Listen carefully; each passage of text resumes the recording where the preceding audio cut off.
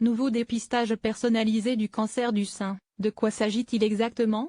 Une nouvelle méthode de dépistage du cancer du sein va être testée au sein de 4 pays d'Europe et en Israël.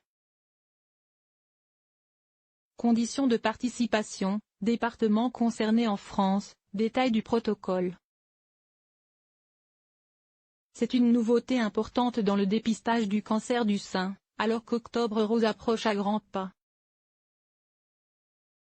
Financé par l'Union européenne, un nouvel essai clinique va être conduit pour comparer une stratégie de dépistage personnalisée en fonction du risque au dépistage standard en vigueur.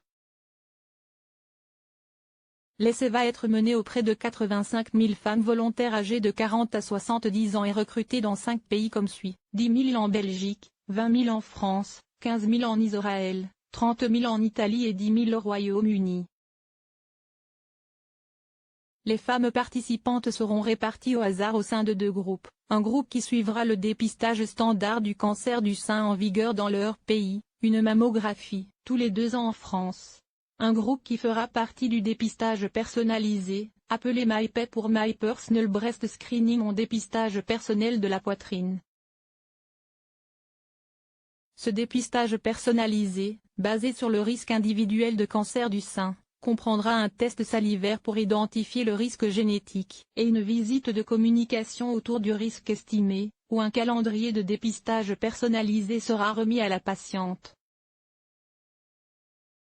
Lorsque le risque est bas, le dépistage consistera en une mammographie tous les 4 ans, tous les 2 ans en cas de risque modéré, tous les ans en cas de risque élevé, et tous les ans accompagné d'une IRM annuelle jusqu'à 60 ans en cas de très haut risque. Cela étant, toutes les femmes ne peuvent pas participer à l'essai clinique. C'est pourquoi un premier questionnaire de prééligibilité purement administratif a été mis en place sur le site de MyPep. Pour participer, il faut avoir entre 40 et 70 ans, résider dans l'un des départements éligibles, une trentaine de départements répartis au sein de régions métropolitaines, ne pas avoir d'antécédents de cancer du sein, ou ne pas être déjà identifié comme étant à très haut risque. Sont autrement dit exclues les femmes porteuses d'une mutation génétique augmentant le risque de cancer du sein, comme BRCA 1 ou 2.